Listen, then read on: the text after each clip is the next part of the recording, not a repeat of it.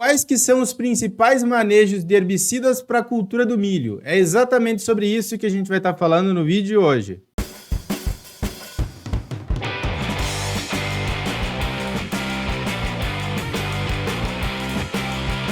Olá, meu povo, sejam todos muito bem-vindos a mais um vídeo aqui do canal e eu trouxe um tema hoje que vocês gostam bastante, nos pedem, né?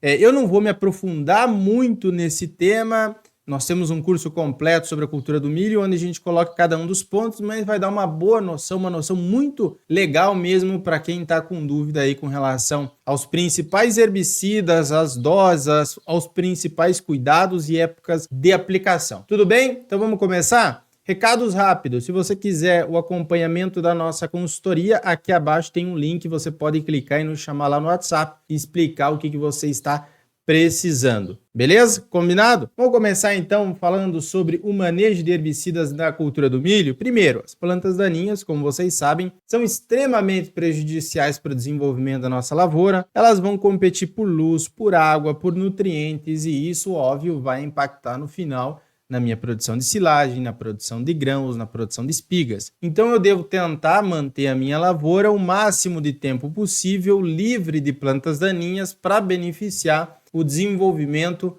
da cultura do milho, para que o milho também consiga naquele espaço aproveitar o máximo de recursos, né, de água, de luz, de nutrientes, e que esses recursos não sejam utilizados pelas plantas daninhas. Se não for controlada no período certo, elas podem reduzir sim a produtividade da lavoura de milho, né, 10, 20, 25, até 30%, dependendo dos casos.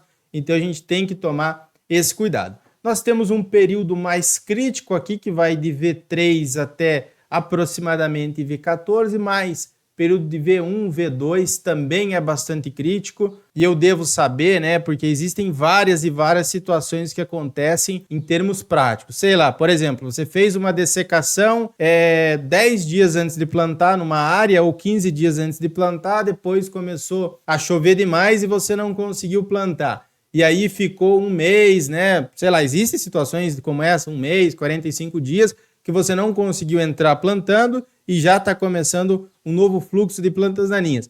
Então, existem vários cenários, por isso que aqui o que a gente vai passar não é nem de longe uma recomendação, mas é para a gente se basear e para ter uma ideia do que pode ser feito, tudo bem? Então, eu sempre aconselho os agricultores que estão aqui nos assistindo para que eles procurem uma consultoria agronômica, para que eles procurem um profissional habilitado, para que possa passar um receituário agronômico de maior eficiência, né? Que também tenha pouco impacto ambiental, pouco impacto econômico, seja do ponto de vista de custo-benefício muito bom. Existem três principais situações ou três principais momentos onde a gente faz a aplicação de herbicidas na cultura do milho. Primeiro momento seria uma dessecação pré-plantio, que pode acontecer de 20 a 10 dias antes do plantio.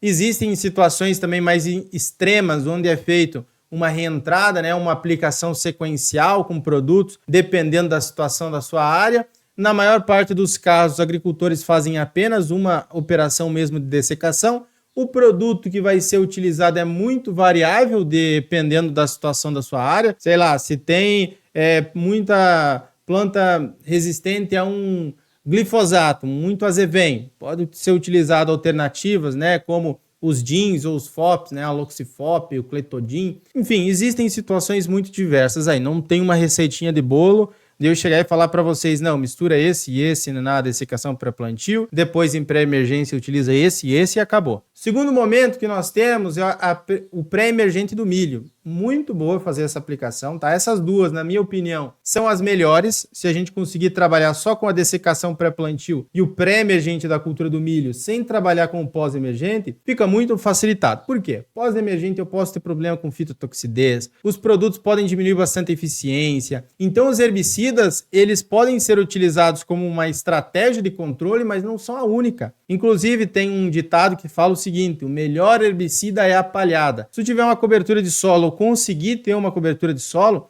é muito melhor do que você aplicar qualquer tipo de herbicida, porque você vai suprimir as plantas daninhas, vai diminuir o banco de sementes e vai ser extremamente eficiente. Então pense nisso. Se você conseguir mudar o seu manejo, às vezes você está fazendo um manejo hoje que pode ser completamente alterado para o próximo ciclo, e trabalhar apenas com dessecação pré-plantio e pré-emergente do milho, muito bom, você vai evitar uma série de fitotoxidez que pode ocorrer. Ou até mesmo só uma dessecação pré-plantio, dependendo da situação, é completamente possível sim trabalhar com apenas uma aplicação. Aí existem várias plantas, né, que podem estar aí em lavouras e depende da região, você pode ter maior ocorrência de uma ou de outra.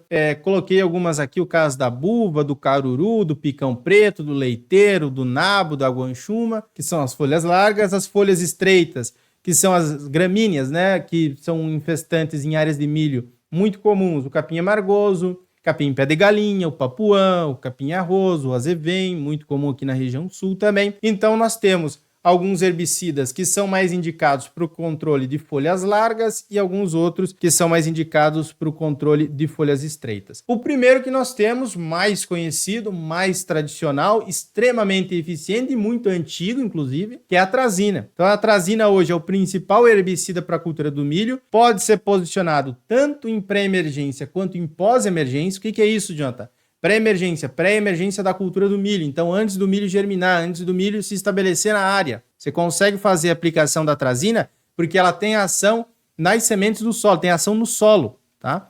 Então, a atrazina é muito benéfica nesse sentido. Em pós-emergência, o indicado aqui é fazer uma mistura também com óleo mineral para aumentar a eficiência. Pode também ser misturado com metolaclor, né, e glifosato. O glifosato eu não gosto tanto, principalmente em pós-emergência. Eu já gravei um vídeo aqui no canal falando que pode dar fitotoxidez. Então, por mais que você tenha um milho que seja RR, na minha opinião e opinião de vários outros agrônomos também, hoje em dia é dispensável você fazer a utilização em pós-emergência de glifosato na cultura do milho. A dose aqui de atrazina vai variar de 3 a 5 litros por hectare, e tem um controle de folhas largas e também algumas folhas estreitas. Então, as folhas largas e folhas estreitas, né? Buva, caruru e tal. Outro principal herbicida que nós temos aqui é o S-metolaclor. E a aplicação dele é principalmente em pré-emergência da cultura, né, e das plantas daninhas também. Então ele tem ação no solo, é importante que você saiba disso. Outra coisa que eu vou destacar para vocês é que muitos desses princípios, ingredientes ativos, eles podem ser misturados e ter nomes comerciais diferentes. Então o interessante é que você consulte o engenheiro agrônomo para você saber se aquele herbicida com um nome comercial que tem associação de alguns ingredientes ativos, qual que seria o melhor manejo para ele. Ele também tem um ótimo controle de gramíneas, principalmente aquelas gramíneas de sementes mais pequenas e também de algumas folhas largas. Coloquei aqui uma faixa de dose, mas assim, não se baseie nisso, como eu falei, se baseie num receituário agronômico. De 1,5 litro a 1,75 mais ou menos por hectare. E deve ser aplicado com o solo úmido. Então, esses herbicidas que têm ação no solo, eu devo levar em consideração uma série de fatores, como umidade do solo. Inclusive, algumas bulas colocam lá a dose, diferenciando doses segundo a textura, se é mais argiloso, eu vou colocar um pouco mais, se é mais arenoso, eu posso colocar um pouco menos, que vai ter uma ação um pouco melhor. Pode ser também misturado com o glifosato e com a atrazina. Outro herbicida muito comum é a trifloralina, né, que alguns de vocês conhecem, não é tão utilizado atualmente, mas é um herbicida que pode ser posicionado, é utilizado principalmente no plante e aplique.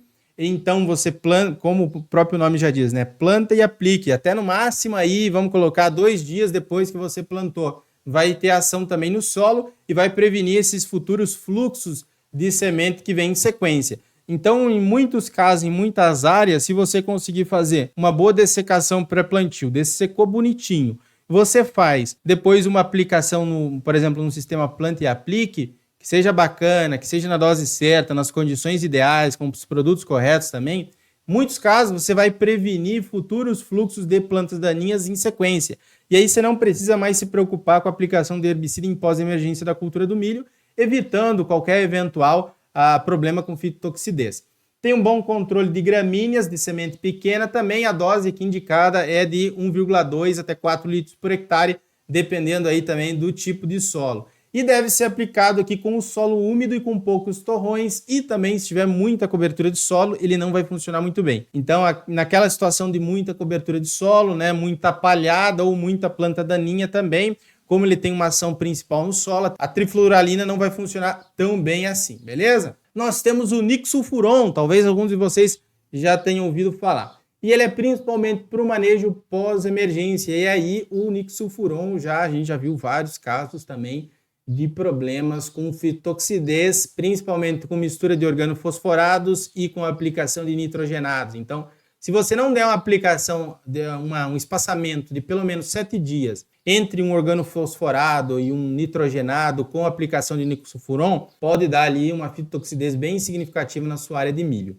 Ele é para pós-emergência apenas, deve ser feito aqui o controle de quando a planta do milho tem de 2 a 6 folhas, para controle de gramíneas e de algumas folhas largas. E a dose aqui é de 1,2 até 1,5 litros por hectare e também deve ser misturado com óleo mineral. O pessoal gosta muito de misturar o Nixsulfuron, por exemplo, com atrazina e pode ser misturado também com o glifosato, beleza?